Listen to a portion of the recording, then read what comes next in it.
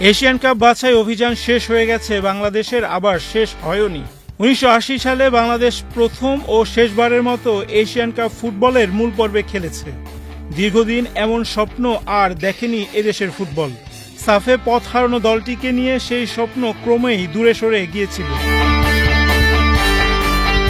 যেখানে মালদ্বীপের কাছে 5 গোল হজম করতে হয়, হারতে হয় ভুটানের মতো দুর্বল দলের কাছে। Gold's Gym across 30+ countries. With over 700+ locations worldwide, train anywhere, belong everywhere.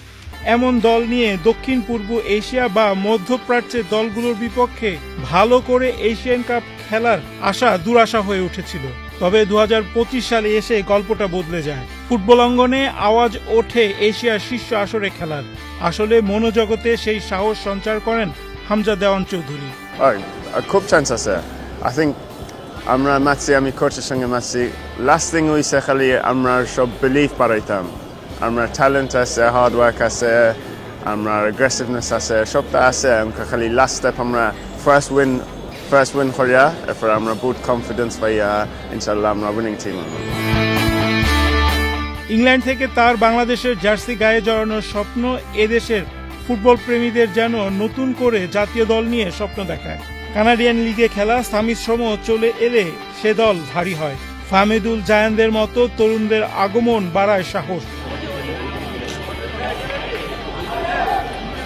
হংকংয়ের মাঠে 1-1 গোলের ড্রয়ে সেই এশিয়ান কাপে যাওয়ার সম্ভাবনা খাতা কলমে শেষ হয়ে গেছে। তবে এমন তো কতই হয়, লক্ষ্য স্থির করে প্রথম চেষ্টায় সফল হয়ে যাওয়া চমক জাগনিয়া ব্যাপার। তেমন চমক এবার না হলেও তীব্র লড়াই করেছে বাংলাদেশ।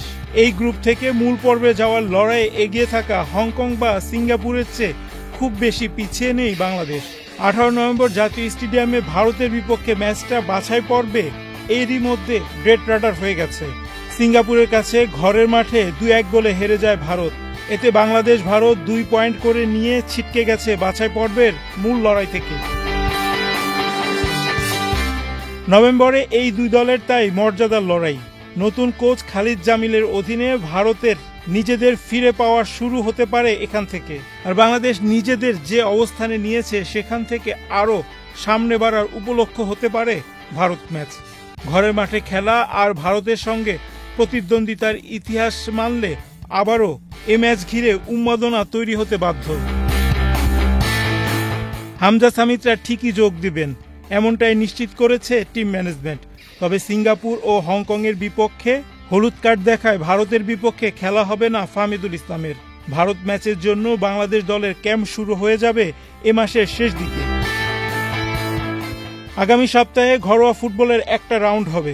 19 ও 20 অক্টোবর লিগ ম্যাচ, আর 24 অক্টোবর হবে ফেডারেশন কাপের খেলা। বসুন্ধরা কিংস এএফসি চ্যালেঞ্জ লিগে খেলবে 25 ও 31 অক্টোবর। এরপর আবার জাতীয় দলের ক্যাম্প। রায়হান রাসেল, বাংলাদেশ প্রতিদিন।